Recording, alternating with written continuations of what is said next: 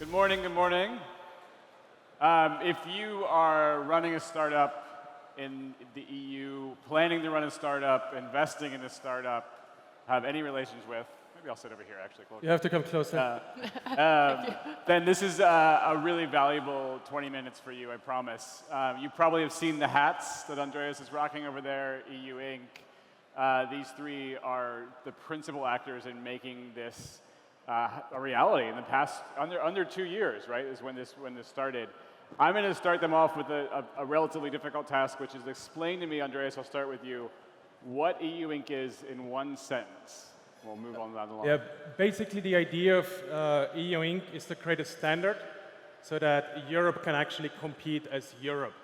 Because right now it's Greece versus China, Lithuania versus China, Slovenia versus China, Germany versus China, or America. Like, we are not competing as one block. And there's like multiple reasons why. And one of the most naive and stupid reasons is because there's a fragmentation in legal systems.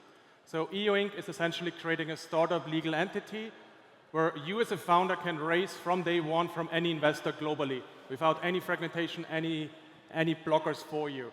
And we started 1.5 years ago, and currently it's on its path to become law in Brussels. Cool. Simon, what's your take? One sentence? That was a run-on. This wasn't the one sentence. I would argue it's all about leveling the playing field for startups across Europe. So we have strong disadvantages between different countries that needs to be taken off the table in order for it to work and Europe to act as a bloc. Yep, cool. Iwona? I'll keep it very short. It's like Delaware for Europe. We just need one standard, and I think that's what EU Inc. will be for us. We can incorporate and stay in Europe and build companies from scratch here, and we can scale them and attract world-class capital without having to go to Delaware or other jurisdictions. And none of you have lived in Brussels or spent a lot of time. This is not something you're not full-time like Brussels wonks. I'm sure there were moments where you were like, I want to quit this. Tell us about the most challenging moment. What was a low point of this venture? Do you mind if I start with you, Iwona? I mean, I spent 10 years in venture capital. I worked at Entrepreneur First. I moved on to work with other funds at Project Europe. Actually, what's really funny is that policy makers move so slow, and at VC everything moves very quickly. So I realized it's like having done this over the past 1.5 years, I realized that you have to stay in the room long enough and keep momentum to make that change happen. So I think it was one of the most challenging things for me personally, because I don't know if you guys agree, but I'm an executor and I constantly need to do stuff. And with policymakers, you needed to stay patient. You needed to keep up the momentum with the community around EU Inc. and engaging everyone. Any low points, challenges that jumped out to you? I think the biggest challenge for me with this whole thing is that I had absolutely no idea about politics before, or policy, zero. They had to explain me who the actual politicians are, with pictures and names. And I was like, president of what again? You know? And also, European politics is very, very confusing, almost by design. Yeah. So I was very lucky that, for example, Simon very early on joined. He runs one of Europe's largest startup associations. And then the other confusing part is that we actually wanted to bring a concrete solution, and not just vibes and open letters. And for that, we needed legal experts like Iwona. Make this tangible for, let's say you want to start a company in Athens next year after this becomes a reality, 28th regime becomes a reality. What looks different than it looks like today? Simon, can I start with you?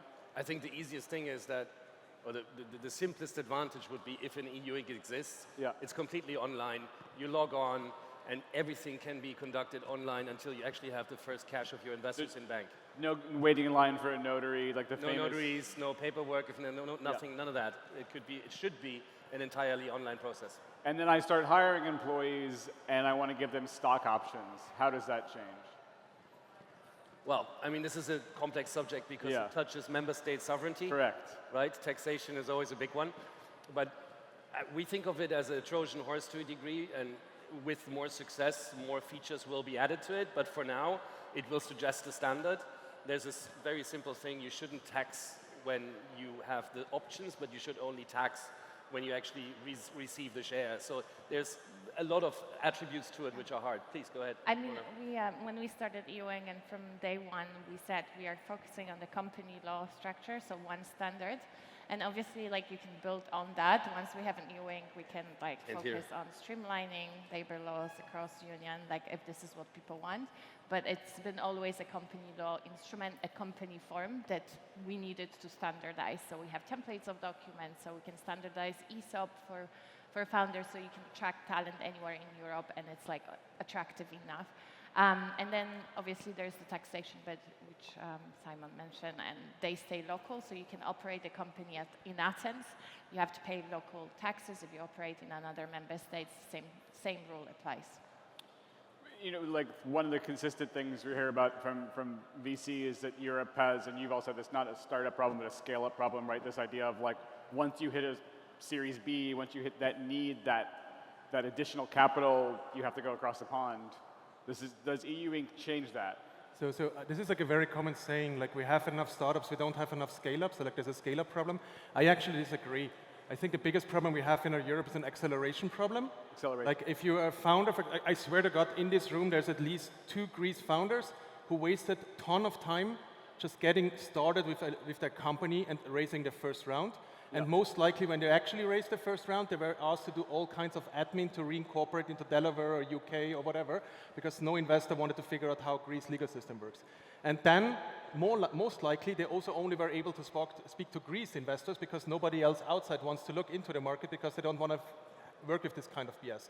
I invested, for example, in a company in November, and we were able to give them the money, the actual money, it was like 5 million euros, in March.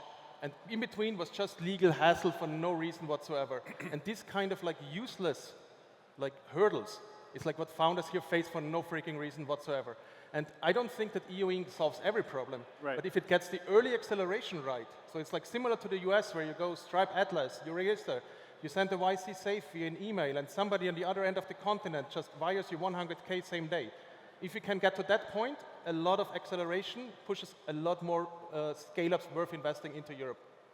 But to go back to the stock option point, it's not. Was that an original vision where it was like we want one regime for taxes and stock options? Like, was that on the table as a possibility?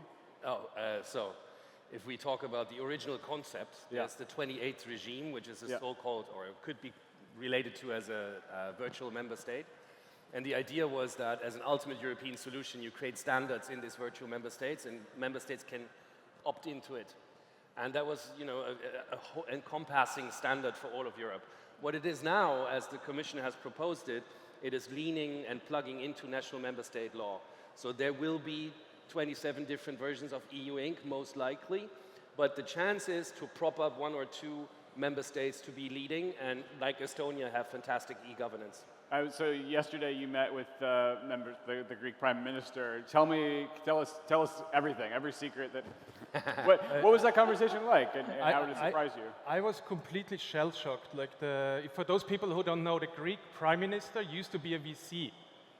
I worked now in 2 years with politicians. I'm happy if they understand what a laptop is. Like that's the baseline. And then all of a sudden you sit in a room with somebody who like started one of the first tech funds, one of the first startup accelerators, and is like, yeah, that's great. Why doesn't this already exist? Yeah. Like a very different discussion to normally. Normally we have to explain that we don't come from the future, we're not the Antichrist, like all these kind of discussions. Yeah. Very, very different. So he actually wants to become one of the most active promoters in the European Council for it. Yeah, definitely. And I guess what, I mean, having been speaking to policymakers across Europe, I realized that like ministers, they really don't understand why this is important and why innovation is important and why we need to attract and keep startups in Europe.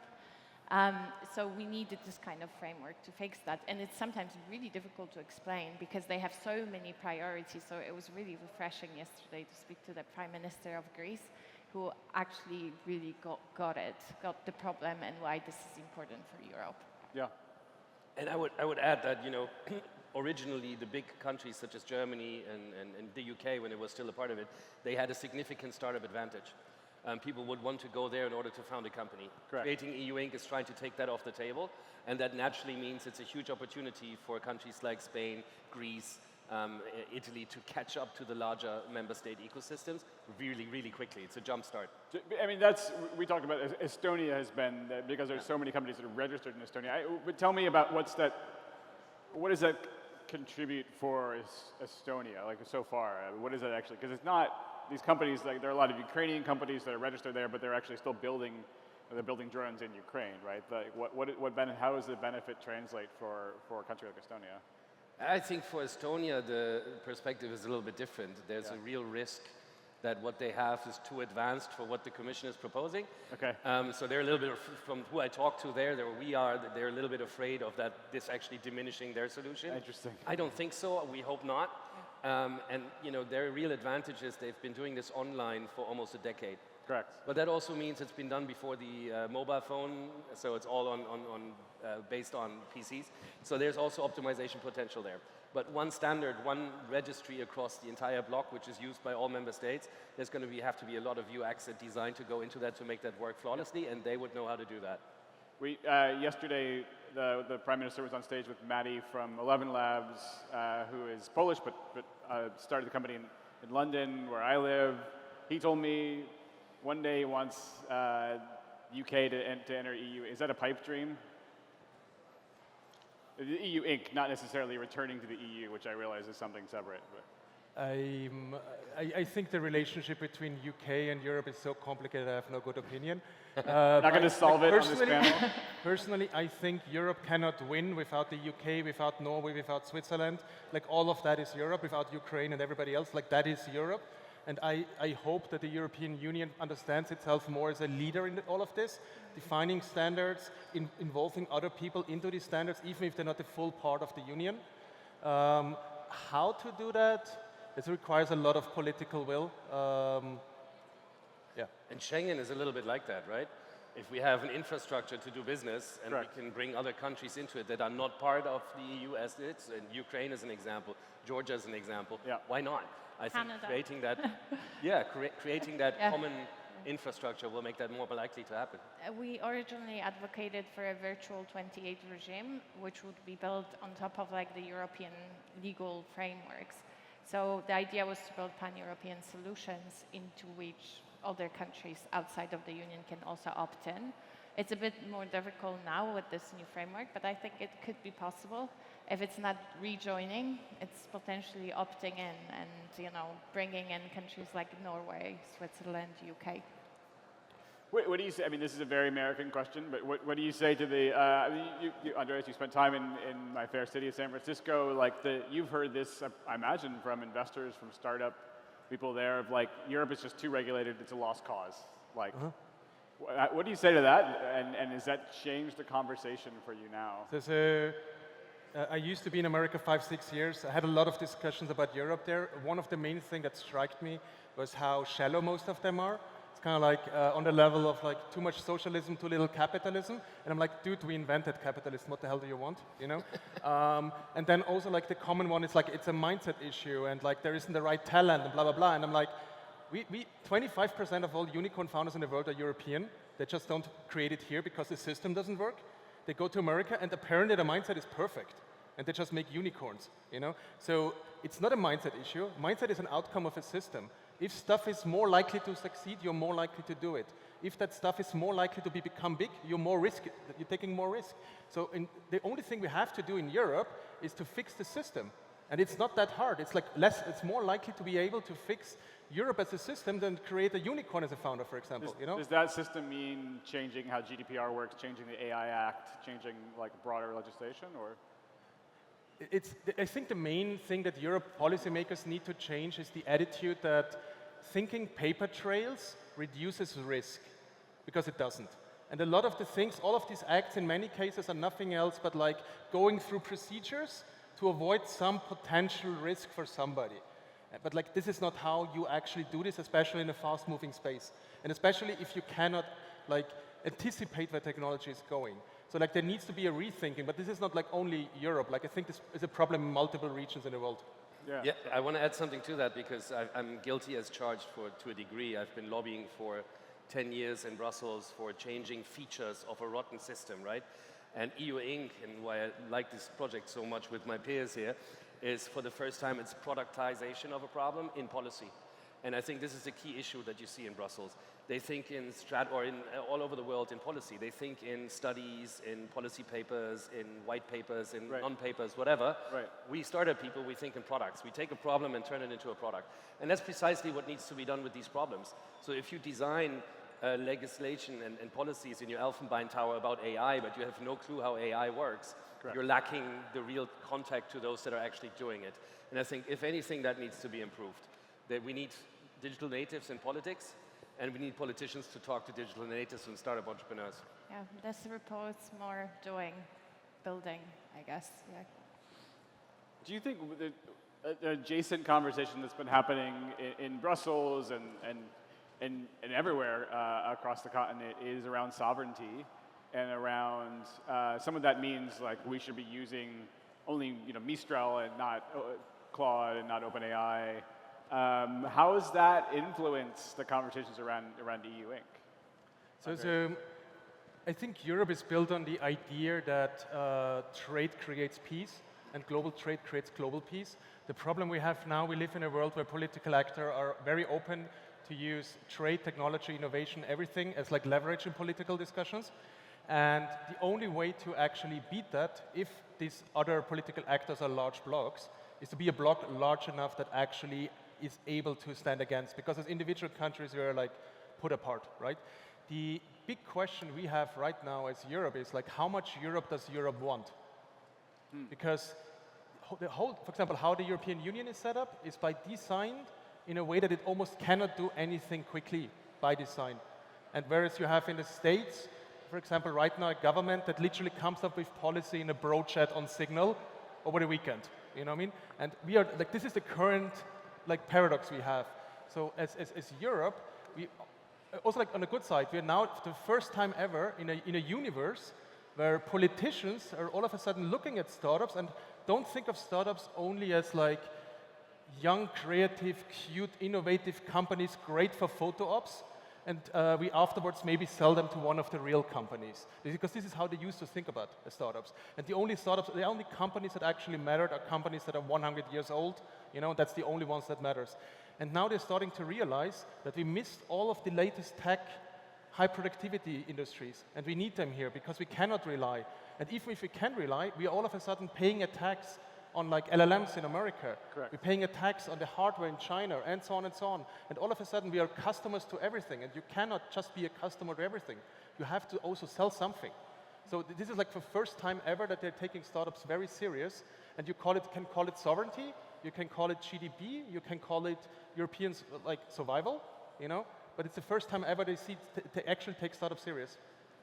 I have a different opinion about like quick fixes made in Europe. I think we need to compete globally. Those are like small wins politicians can deal with very quickly. They can regulate rather than be actually spending time on solving the problems, the systematic problems that we have. Like, for example, not having one standard, not only for companies, but also for funds that want to operate across Europe. It's like there's a whole bunch of things that needs to happen in Europe, and quick fixes that let's just now use software which is made in Europe. It's just a quick win, but it doesn't really make a difference. We need to be able to compete globally. So building on what Andreas said, like we need to choose if we want to actually go for continental scale rather than operating in fragmented markets and build like amazing solutions that everyone wants globally.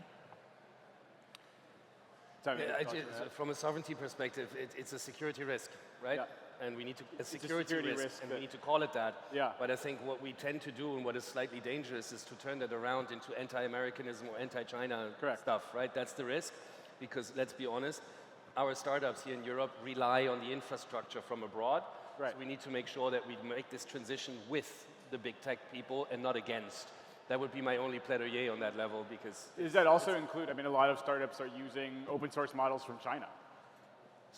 The open source models from China, whether it's DeepSeek or Qwen, like, is that something where... I think there's a common discussion, for example, around LLMs, that they're just a commodity and they can just use the Chinese one or the Americans or whatever. I don't think that's true, because the teams that create these LLMs out of this ecosystem afterwards spawn teams that create AI for medicine, AI for science, AI for you name it. Yeah. And you don't have these next iterations if you don't have these bare bones as well. And people are criticizing, for example, Mistral not for being the #1 in that field. Yeah. It doesn't matter if they're the #2. The #2 at least gives you a chance that this next ecosystem spawns out of it. If you don't even have the #2, as we have now, for example, in hardware in many cases, you are going into the risk of being completely left out in the next steps that's coming here. And we had this in software. Yeah. Like software led to cloud, cloud led to AI, and all of that happened in America. Correct. A lot of startups are obviously the goal they're reaching for is an exit, and whether that's an acquisition or an IPO, we all know the difficulties that IPOs have had here and certainly in the UK and London. And then the M&A environment is not very active. Like there aren't, like SAP is not out buying a lot of startups unless there are ones I don't know about. Do you think that this EU Inc. changed that? Is that something you're looking to do next? So if you think of EU Inc. as bare-bone infrastructure, yeah. And the whole innovation cycle, you need a pan-European stock exchange. It cannot be that European startups need to list in America, not because of sovereignty or anything, just because of conversion loss, just because of this is just a pain in the ass to actually get done. Correct. And they also to some extent at that point become more and more American. We need the public market in Europe to actually also invest in technology through public market tools like a stock exchange. Yeah. And we need to do this because right now what's happening is we're the only continent in the world, or the only region in the world, that's stupid enough to send all of its money to another economy, see that economy grow with our own money, and then complain that our own economy doesn't grow. Yeah. So we need a stock exchange here as quickly as possible, pan-European.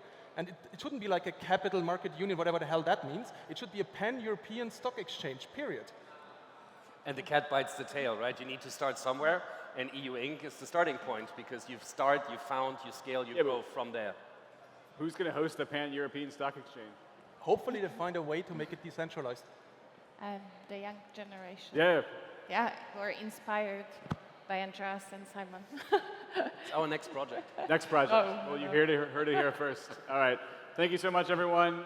You guys know how to find EU Inc. You know how to get the good hats. Thanks to our panelists. Really appreciate it. Thank you. Thank you.